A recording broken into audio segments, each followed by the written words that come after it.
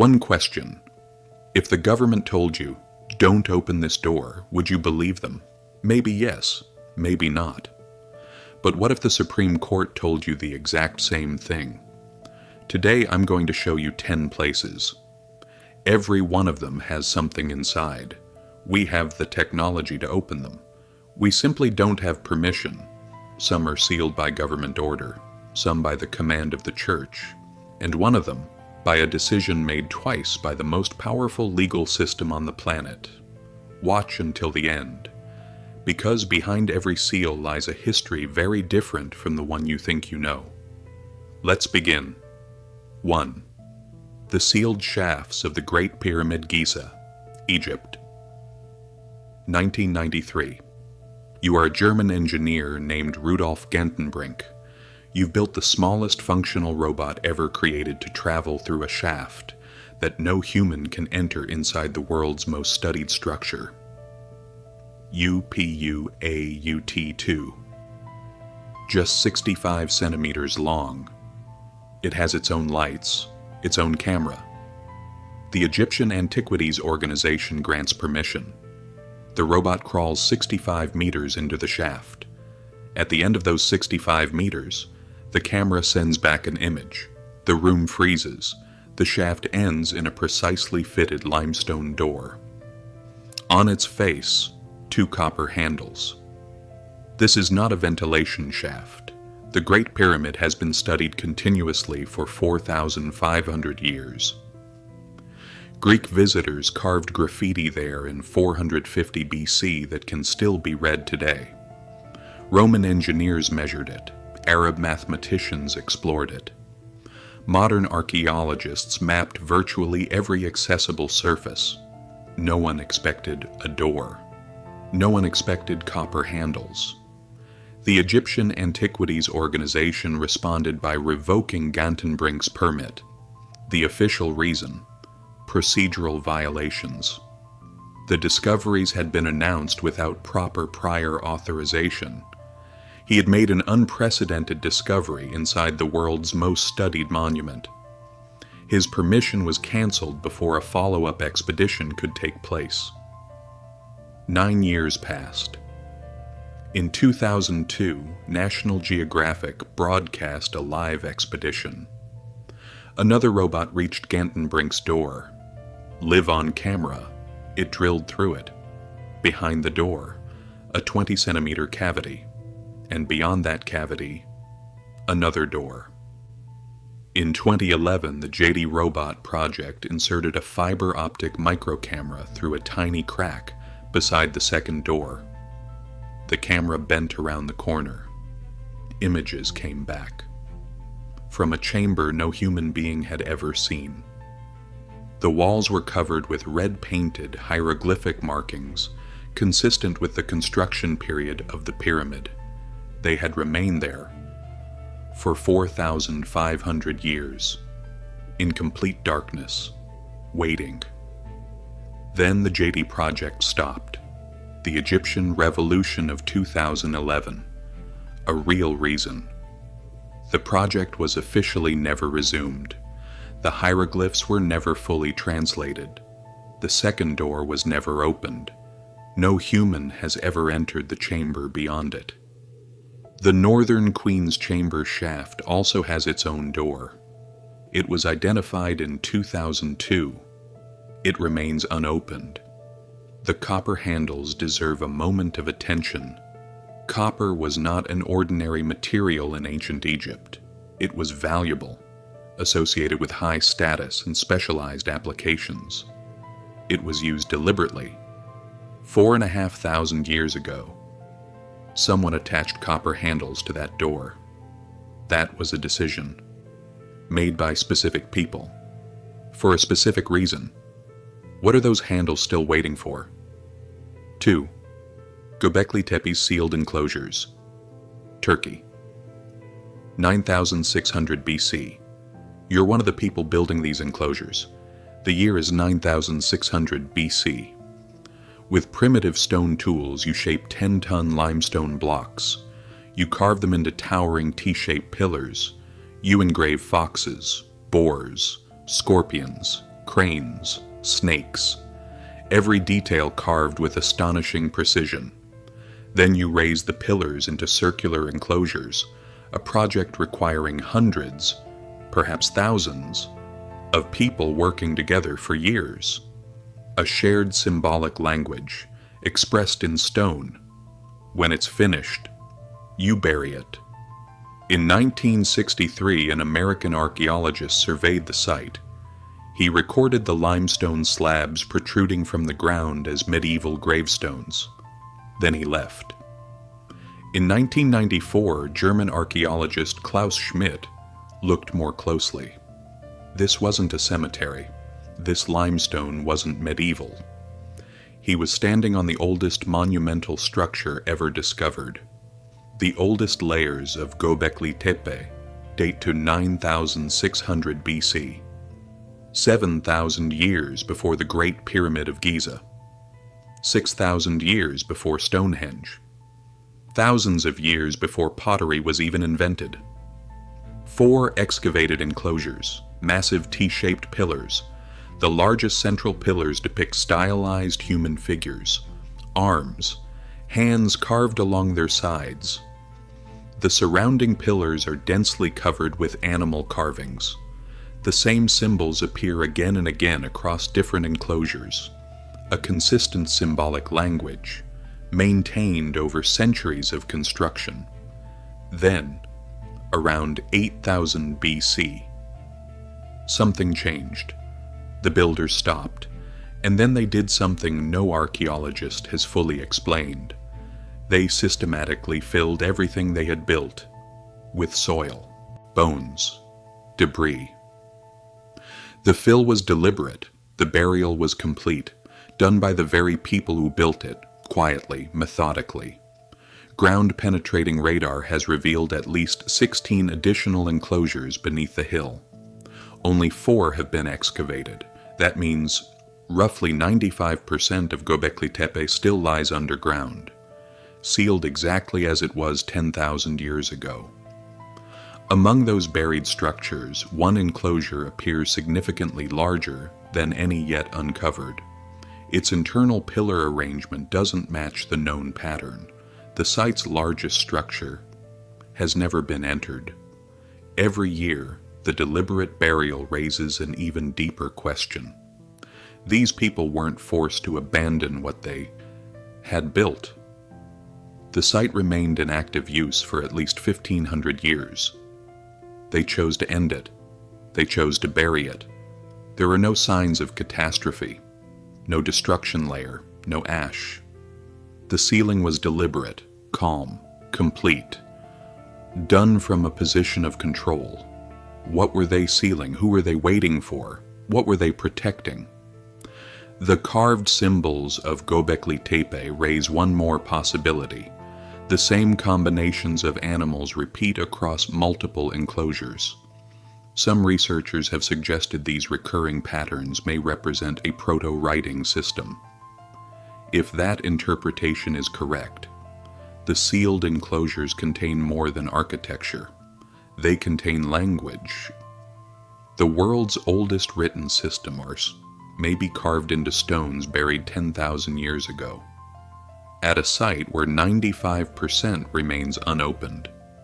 It looks like this is a request to translate a large copyrighted text that you provided. I can do that, but there's a response length limit, so I can't fit sections 10 and the conclusion into a single reply. 3. The Königsberg Tunnels, Kaliningrad, Russia. 1941. You're a German officer. You're standing inside the Catherine Palace, the Amber Room. 55 square meters of wall space completely covered in Baltic amber. More than 6 tons of it, backed with gold leaf and mirrors. By candlelight, the amber glows from within. It radiates a warm, orange-gold light. For 2 centuries, visitors kept writing the same thing. I feel like I'm standing inside the sun. Your unit works efficiently. The Amber Room is dismantled in just 36 hours. Every panel is packed, numbered, catalogued. The loaded trucks head east toward Königsberg. By January 1945, the Amber Room is in Königsberg. In April, the Soviets capture the city. The Amber Room is gone. 70 years, more than a dozen major expeditions, hundreds of leads, deathbed confessions, recovered fragments. None of them led to the room. In 2003, Russia and Germany completed a full-scale replica. Today it stands inside the Catherine Palace. It's beautiful, a monument to the failure to find the original. Beneath Königsberg, now Kaliningrad, lies a network of tunnels dating back to the 14th century. The Nazis expanded them. During the final months of the war, while bombs rained down, they were used to move objects too valuable to transport above ground. In the 1990s, researchers entered parts of the tunnel system. They found something unexpected: Soviet-era materials, inside sections that should have remained untouched since 1945.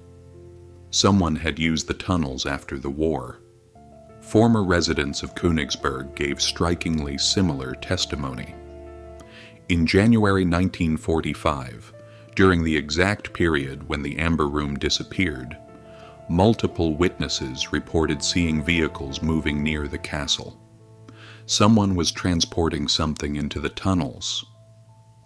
At the precise moment the room vanished, then another mystery. Part of the tunnel network beneath the northern wing of the former castle collapsed. The collapse did not resemble a typical structural failure. It was concentrated on one specific section. The timing coincided with Russian authorities completing their investigation of that very area. Federal authorities restricted access to the tunnels. Russia repeatedly rejected Germany's requests for joint investigations. The simplest explanation. The Amber Room was moved into the tunnels in January 1945. The Soviets found it, moved it again, then sealed the section that could reveal the transfer. Or perhaps the amber itself was destroyed, and whatever lies behind the sealed section kikind is something else entirely. The Amber Room may be what was hidden, not necessarily what was protected. 4. The tomb of King Shi Huang Xi'an, China. 210 BC. You're one of the people building this tomb. One worker among a force of 700,000. You've spent years underground. You know what's inside, because you built it. The ceiling is painted to resemble the night sky. Channels of flowing mercury recreate the Yangtze and the Yellow River. Automatic crossbows are designed to kill anyone who enters. The emperor dies. The outer passages are sealed. The craftsmen who built the inner mechanisms know too much. They are not allowed to leave. As the final stone is set into place, the last sound you hear comes from inside. 22 centuries pass. In 1974, two farmers near Xi'an dig a well. Their tools strike something hard. They climb down. Looking back at them from the earth is the painted clay head of a life-sized warrior. The outer perimeter of the army had been found, the Terracotta Army. More than 8,000 life-size soldiers, 130 chariots, 520 horses. Every soldier with an individual face, not mass-produced but unique portraits, created for one man's afterlife. But the Terracotta Army is not the tomb. The tomb is the hill, built by hand, 76 meters high, almost a mile across. For 2,200 years it has looked like an ordinary hill. Nothing has ever been excavated inside, not even the surface has been disturbed. China's greatest ancient historian, Sima Xi'an, writing only a century after the emperor's death, described the interior in remarkable detail. Flowing rivers of mercury, a ceiling covered with stars, trigger-activated crossbows. It sounded like legend. Then modern technology began confirming it, piece by piece. Soil analysis revealed mercury concentrations up to 100 times higher than the surrounding land. The distribution isn't random. It matches engineered channels, a miniature geography of the empire, exactly where Sima Qian said it would be. Electrical resistivity tomography has revealed the outlines of a vast underground palace complex. The structure appears intact. After 22 centuries, the underground palace is still standing. China's official explanation is preservation. That concern is legitimate. In 1974, the paint on the terracotta warriors faded within minutes of exposure to air. But preservation technology has advanced dramatically since then. Other imperial tombs in China have been excavated and successfully conserved. This one has not. The refusal has outlived every technological limitation. They confirmed the mercury from the outside. They confirmed the palace from the outside. And then they stopped. The Chinese government is not guided by superstition. When it decides not to continue a project, the reason is strategic. If Sima Qian's account is accurate, then this tomb preserves the oldest surviving model of the Chinese world, exactly as the first emperor understood it, centuries older than any surviving map of China. What did the emperor know? That the government is still protecting. 5. The chamber beneath the foundation stone temple. A Mount Jerusalem. You are standing on the most disputed square kilometer on Earth. The sun rises over the dome of the rock. Beneath your feet lie 3,000 years of uninterrupted human significance. Bronze Age foundations, stones attributed to Solomon, Herodian construction, Crusader floors, Ottoman tiles. And beneath this limestone outcrop, there is a sealed chamber, described by numerous historical sources, officially unexplored for nearly 1,000 years. The foundation stone inside the dome of the rock is, in Jewish tradition, the point where creation began, the place where the Ark of the Covenant once rested. In Islamic tradition, it is where the Prophet ascended to heaven. Beneath the stone is a natural cave, the Well of Souls, a hole in the floor, a shaft descending even deeper. No one has officially measured it. Numerous accounts dating back to the Crusader period describe a sealed chamber. Records associated with the Knights Templar speak of a very ancient chamber beneath the foundation stone. Since 1967, the Islamic Waqf has administered the Temple Mount.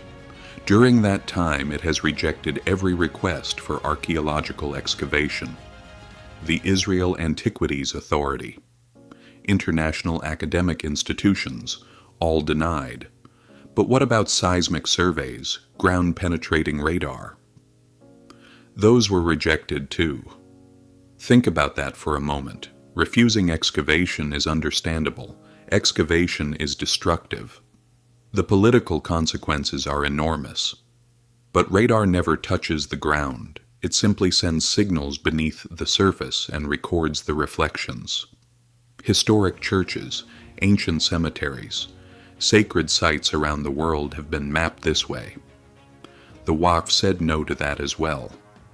Refusing excavation means you don't want the site disturbed. Refusing radar means you don't even want it mapped. Those are two different decisions. In 1999, the Waqf conducted its own excavation. To build an underground mosque, thousands of tons of earth, untouched for centuries, were removed. No documentation, no photographs, no catalog. The material was dumped into the Kidron Valley. Israeli archaeologist Gaby Barkay organized a salvage sifting project. For years, his team examined the discarded soil. They recovered artifacts nearly 3,000 years old, pottery from the 8th century BC, fragments from the First Temple period, Objects that had remained undisturbed for 2,800 years, destroyed in just 48 hours. For decades, the Waqf insisted no one could disturb the site. Then it excavated part of it itself. It never documented what it found. It discarded the evidence. What were they looking for? What did they find? Why was that particular area worth taking the risk? 3 of the world's major religions converge at this exact point. None of them allows anyone to look inside, and one of them ensured that some of the evidence can never be recovered. We've only uncovered half the list. The next 5 places include the world's greatest hidden treasure, a chamber protected by a Supreme Court, and a site that can still kill anyone who gets too close. See you in part 2.